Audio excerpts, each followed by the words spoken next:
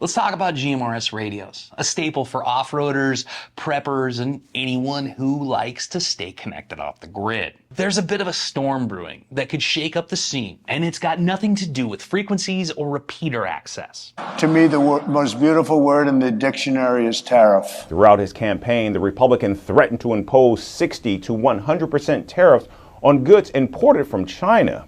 This little device, most of them, in fact, nearly all of the new GMRS radios we see today are made in China. And with the proposed Trump-era tariffs being reintroduced, things might get a little complicated. GMRS radios have seen a huge boom lately. The FCC's updates to licensing rules made it easier to get in a GMRS, and companies like Midland, Baofeng, and Ocean have been pumping out radios that are affordable, reliable, and certified for use. That's great for us, the users. But there's one thing these radios have in common: they're almost all manufactured in China. China. Look at the back of this one. If I were to pull the battery off, you'd see a Made in China sticker. And this one? Yep, same thing. It's going to be made in China too. Even the big brands like Midland and Cobra have their production lines overseas. It keeps costs low and products competitive, which is why GMRS radios are so affordable right now. Now let's talk tariffs. The proposed tariffs would impose higher taxes on goods imported from China, up to 60 to 100%, according to the man himself, which means every GMRS radio coming into the United States would cost manufacturers much more than they are currently paying. And guess who ends up paying the difference? That's right, us, the end consumer. For example, if, say, this radio costs $100 today, tariffs could push that price up to $130, $160, $200 or more. And it's not just radios. It's spare batteries, antennas, and accessories. They would all get caught in the crossfire. So what does this mean for the GMRS community?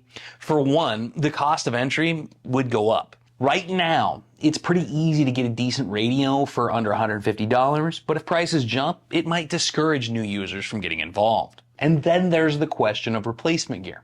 GMRS users are all about having backups, extra radios, spare parts, and high prices might force people to think twice about investing into new gear. Now, you might be thinking, why don't we just make these radios in the United States? And that's a fair question, and it's one people have been asking for quite a while. The problem is, the infrastructure to produce affordable radios domestically doesn't really exist, at least not at the scale we'd need. And even then, we're going to be in for a rude awakening when it comes to features and price. Take, for example, cell phones, a product that is essentially a radio attached to a touchscreen computer. The most prominent example of a US-made smartphone is the Liberty phone from Purism. And it's got similar yet inferior hardware specs to something like the iPhone 16 Pro 128, where the iPhone retails for $1,000 or $99.99. The Liberty, it's going to run you $2,000. And because it's got a focus on security, you'll be hard-pressed to find easy access to analogs of the iOS and Android apps you currently use on its Linux-based operating system. Sure, we could shift production elsewhere, maybe to Mexico or Southeast Asia, but that's going to take time. And in the short term, the GMRS market would definitely feel the pinch.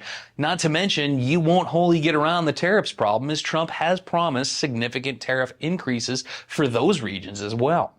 He also promised to slap as much as 20% tariffs on items from other countries like Mexico. Now, let's talk strategy. If these tariffs come into play, it's not all doom and gloom. There are ways to work around the impact and keep your GMRS setup affordable.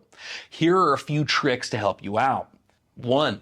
Buy now before prices rise. If you've been on the fence about upgrading your gear, now's the time to act. Many retailers still have stock at pre-tariff prices, so if you've been eyeing that new radio or a spare set, it's a smart buy to do it now rather than later. Check out the links in the description below for some of my favorite radios that you can still get at pre-tariff pricing. Number 2, keep an eye on sales and clearance events. Many stores may offer discounts to clear out older inventory before the tariffs take effect. You can often snag a great deal if you're patient and shop around. Number 3, focus on multi-purpose accessories. When it comes to accessories, look for gear that works across multiple devices. Like when you're buying HTs, Try to keep things standard when it comes to your antenna connections. So maybe buy all of yours with either an SMA female or an SMA male, but not both, and you'll have to buy less antennas. The other thing to look out for would be USB-C charging. Everything's going that way. I mean, the EU mandated it for cell phones. That's why Apple finally switched and put a USB-C charger on their iPhone, not because they wanted to, because they were forced to, but it's good for you because now it makes all of your devices consistent across the board on how they charge. So if I'm buying new HTs, if it doesn't have a USB-C, I ain't buying it. I no longer have to do what I would have to do with this radio to make it more versatile, which is go buy 12-volt charging cradles and different charging cradle adapters to have in different places, when all I need to do is use my existing USB-C infrastructure that I got for my phone and every other device I own to charge this thing in the car, at home, wherever I need to. And that brings us 3B. And this is going to be our little secret. I don't want y'all going around telling everybody and their mom about this one, especially not the FCC. Most all of the GMRS radios out there are derived from either a Part 90 business band radio or some type of dual band ham radio. They are then locked into GMRS frequencies and sent to an independent lab to be certified that they meet the FCC's guidelines. A good portion of the parent radios in these instances are still sold with the ability to transmit and receive in the 462 to 467 megahertz spectrum that GMRS utilizes. Those that can't can very easily be modified with something called the Mars mod to do the same thing. While the FCC says you shouldn't use a non-GMRS approved radio to transmit on GMRS frequencies, buying a dedicated radio for those frequencies with the added costs of tariffs will make it really hard to want to abide by the FCC's guidelines when every one of my unlocked ham radios is capable of talking on every VHF or UHF radio service that technically requires certified dedicated radios for them. I'm looking at you, GMRS, FRS, and MERS, and I don't know.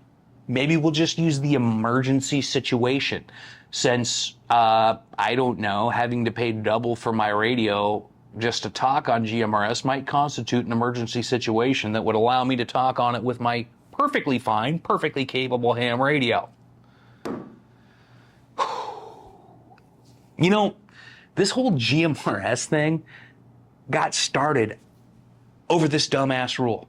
Because in the past, nobody gave a shit. Nobody did anything. Nobody made GMRS repeater-capable multi-bank channel feature-added radios for GMRS like this. They were just making stuff to go two-way simplex. And then things kind of caught on. And then all of a sudden, all these manufacturers realized that, well, hell, GMRS requires a special radio, so we'll just take something we already have, castrate it, get it certified, and sell it for damn near or more the price that we were selling it before because it meets the GMRS guidelines. And all of you rule-following rubes out here bought into it. But that's enough of my unhinged TED Talk for a minute. Let's go to number 4. Consider refurbished or pre-owned gear. Refurbished or pre-owned radios can be a budget-friendly option. Just make sure they're FCC certified for GMRS and come from a reputable service. Now, I will also put a caveat to that. Part 90 business band radios are legal to use on GMRS provided they are programmed correctly, and that's where I'd be looking. I've bought and sold a lot of radios on eBay, and I've yet to get burned.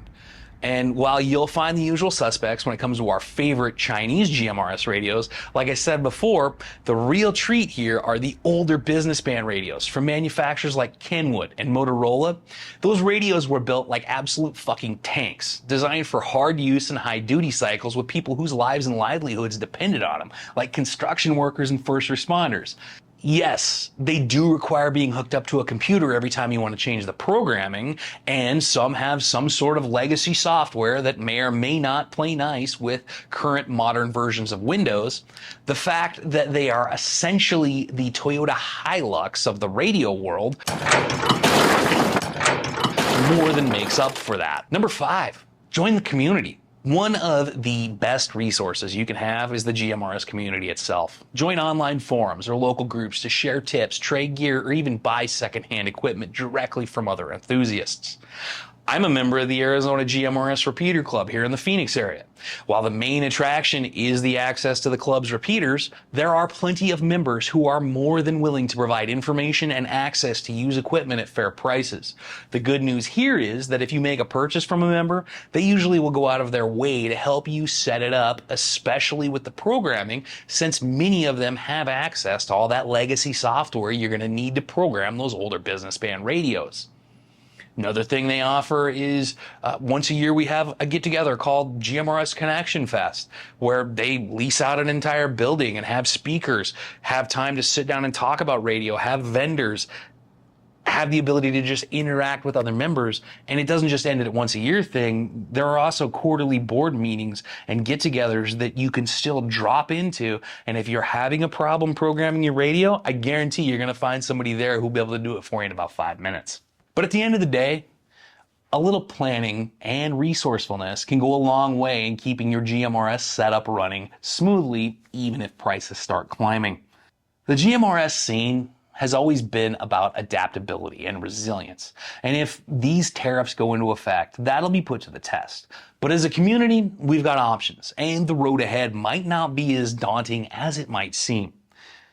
Feel free to share any ideas you might have in the comments, and until next time, be good.